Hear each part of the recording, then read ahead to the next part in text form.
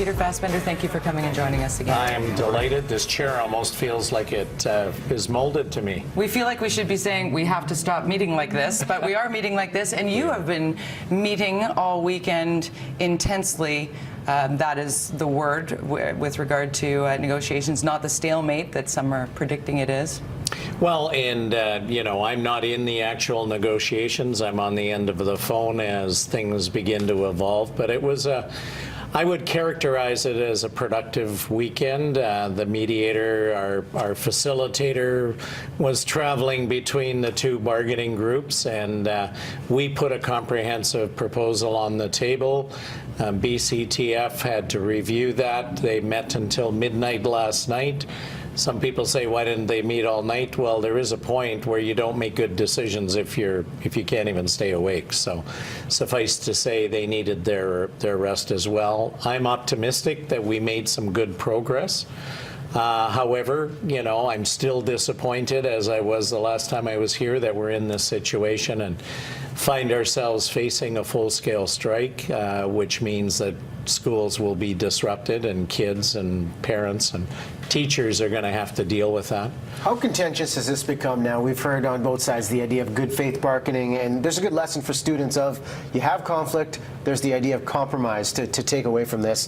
How contentious has this become, and is good faith bargaining even an option now given the disparity between both parties?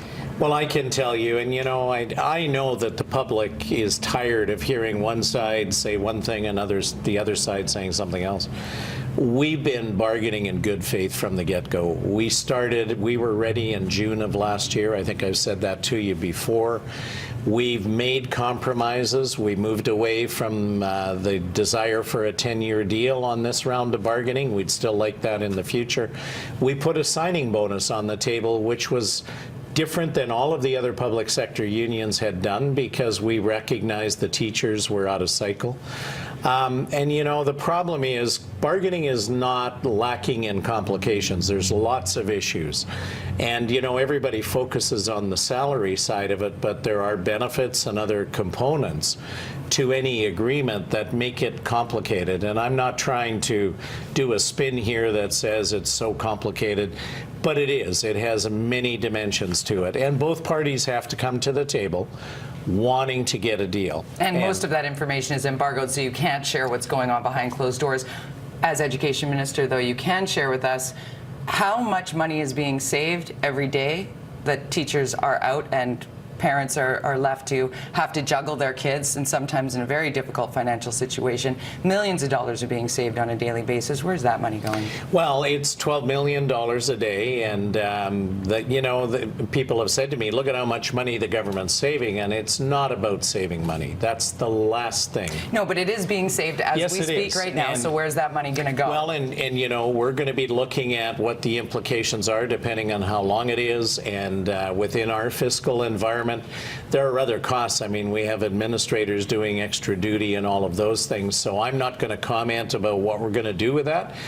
Suffice to say, we will look at that depending on how long this goes. I can tell you that we are very sensitive, if this goes on, to the implications to families and the extra costs they have. So we're going to look at all of those things, and whatever savings we have, we will determine what is appropriate. But I can say this, the objective still is get a negotiated settlement. And with that objective, a full-scale strike is scheduled for tomorrow. What is going to take place in the next 12 hours to avoid that from happening? Or is your gut feeling at this point students have had their last day of school in this school year? Well, unfortunately, I think with the rotating strikes that happened last week, there was many students who felt that was their last day of school, Thursday or Friday. And that was really unfortunate. I heard stories about kids that were crying and teachers that because of the study session today, it ramped up the closure of the schools. Kids were told to take their things home, and teachers were. It was abrupt. Yes, it was abrupt. And I was very frustrated by that, quite honestly. But, you know, it is what it is. And the BCTF makes decisions based on what they feel. And, you know, one of the comments was, well, this will add extra pressure to the government. And I can say without any hesitation, I have felt on behalf of the government, so has the Premier, the pressure to get this done. That's why we've made the moves we have. That's why we want a negotiated settlement.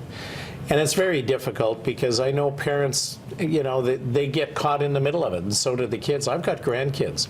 In the public school system? Yes, absolutely, in the public system. They were at our house last night for Father's Day dinner, and we were talking, and, the one, he's in high school, he's pretty well done. So it's not as big an implication, but still, you'd like to finish the school year on a positive note. My youngest grandson, he said, Papa, it's okay. I can sleep in tomorrow. But, again, it's not the way you want to end the school year. There are calls set up in the next couple hours to try and get this deal done? They are going to be meeting again. We're going to bargain hard. I don't know what's going to happen today. If it takes the rest of this week to get it done, we would like to see a negotiated settlement by the end of the school year in the calendar. What happens for those who might need summer school?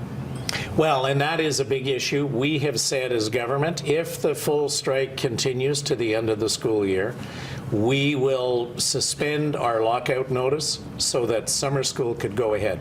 It is absolutely critical for some students to have summer school, whether they need the extra help or they need some extra credits in order to move on. So we recognize that. My message to parents is the government is more than prepared to suspend its lockout notice. BCTF has to decide whether or not they would lift their strike mandate and allow teachers to teach summer school. That's what I hope they would do. But more importantly, I hope we have a settlement before that even becomes an issue. Always good to have you on the program. We hope to see you again soon with good news. Exactly. For all. Education Minister Peter Fassbender joining us this morning on Breakfast Television. We're going to take a quick break. Then Richard Detman is up with City Biz. If you had the job you're doing right now in the United States, would you make more money? Richard addresses that next. Stay tuned.